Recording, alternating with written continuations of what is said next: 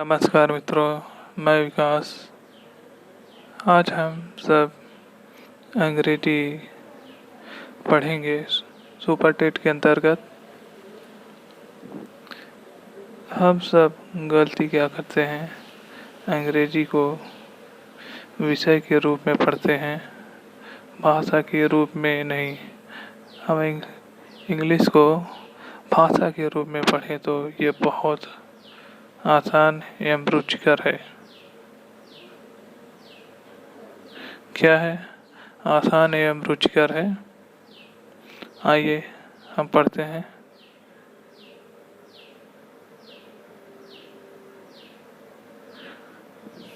भाषा पहले जानते क्या है? Language. It is a medium of communication between two person। क्या है? किन्हीं दो व्यक्तियों के मध्य वार्तालाप का माध्यम ही भाषा है। आइए हम फिर देखते हैं। It is a medium of communication between two person. ये भाषा जो है, वार्तालाप अकेले नहीं किया जा सकता, दो लोगों के मध्य जो होता है वही क्या है? भाषा है।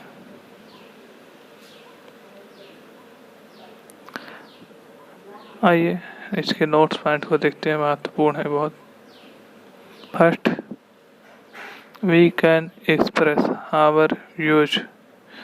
हम अपने विचार को, थॉट्स को, अपने आइडियाज को, नोशंस भी विचार होता है, नॉलेज ज्ञान को, एक्सपीरियंस को, with the help of language. हम क्या कर सकते हैं भाषा की मदद से? We can express our view, thoughts, ideas, notions, knowledge, experience with the help of language। भाषा के बिना व्यक्त करना संभव नहीं है। हम जानवरों से क्यों सुपीरियर हैं? Due to language. We are superior to animals due to language.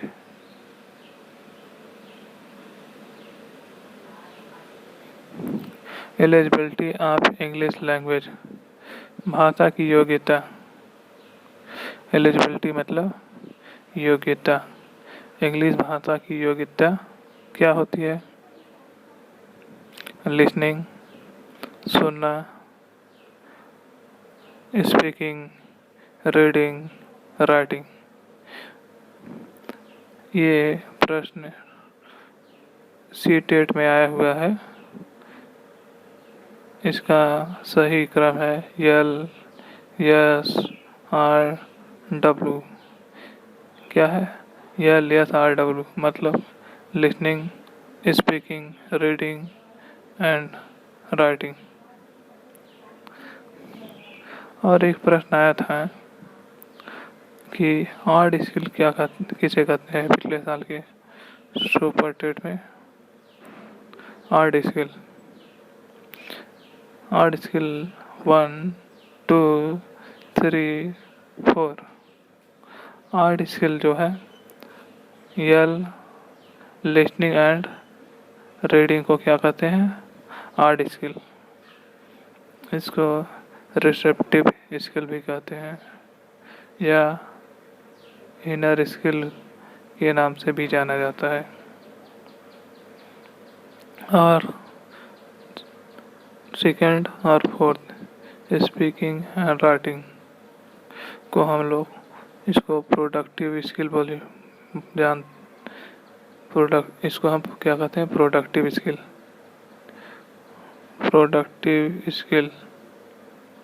PR productive skill किस नाम से जानते हैं? Productive skill.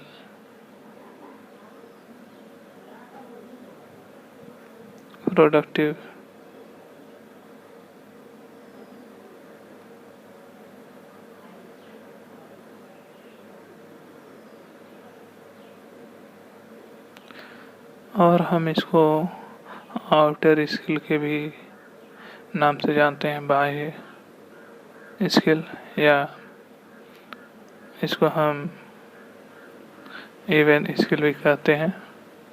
इवन उसको आर्ट स्किल कहते हैं, और इसको क्या कहते हैं? Even skill. क्या कहते हैं? Even skill.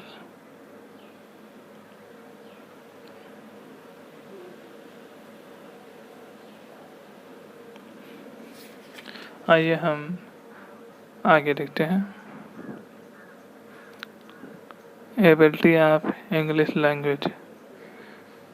अंग्रेजी भाषा को अच्छे से सीखने के लिए, समझने के लिए, बोलने के लिए जिस योग्यता की ज़रूरत पड़ती है उसे कहते हैं ability of English language.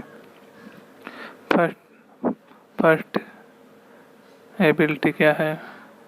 Ability of grammar, grammar के बारे में जानना। Second, ability of word power, ये मस्ट है। एबिलिटी ऑफ कॉम्प्रिहेंशन, किसका? एबिलिटी ऑफ कॉम्प्रिहेंशन,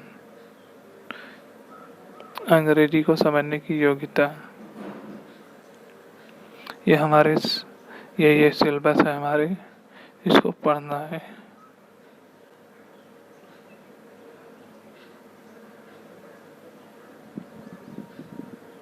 आइए देखते हैं आगे। एबिलिटी ऑफ ग्रामर में क्या आता है? It is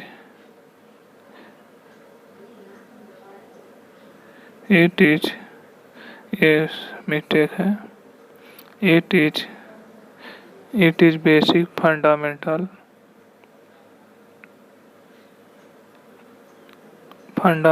of English language that tell us what is right or what is wrong।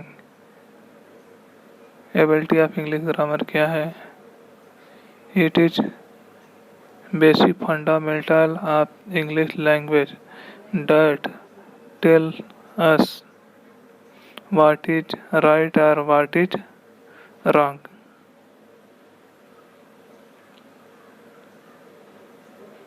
It is, यह क्या है?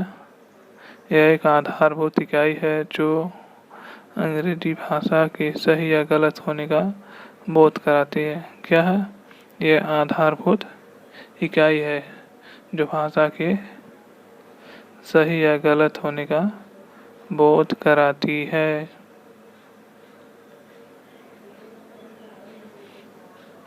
आगे देखते हैं एबिलिटी ऑफ ग्रामर। ये हो गया एबिलिटी ऑफ ग्रामर। इसमें क्या है? एबिलिटी ऑफ ग्रामर के अंतर्गत आपको पढ़ना है कंप्लीट द सेंटेंस। जैसे सेंटेंस दिया गया है, उसमें बीच में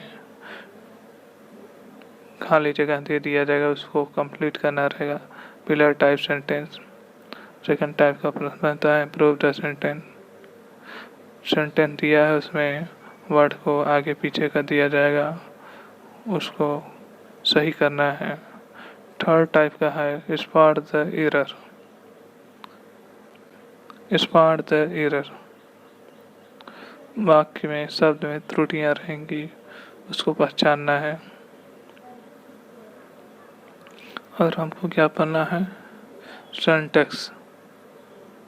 क्या पढ़ना है? सिंटैक्स अर्थात सद्विन्यास।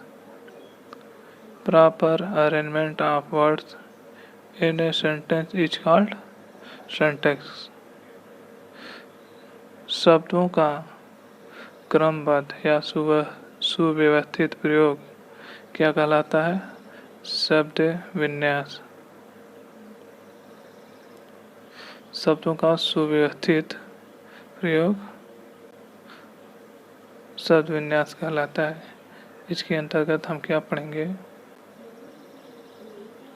ना noun, noun, pronoun, adjective, verb, adverb, preposition, conjunction, interjection, article, narration,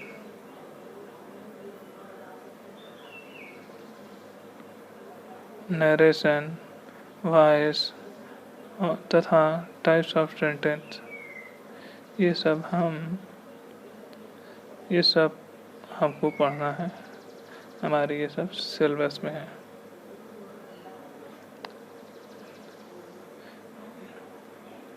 ये हुई सिलेबस की चर्चा।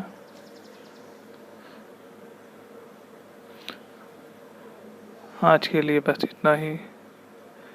धन्यवाद।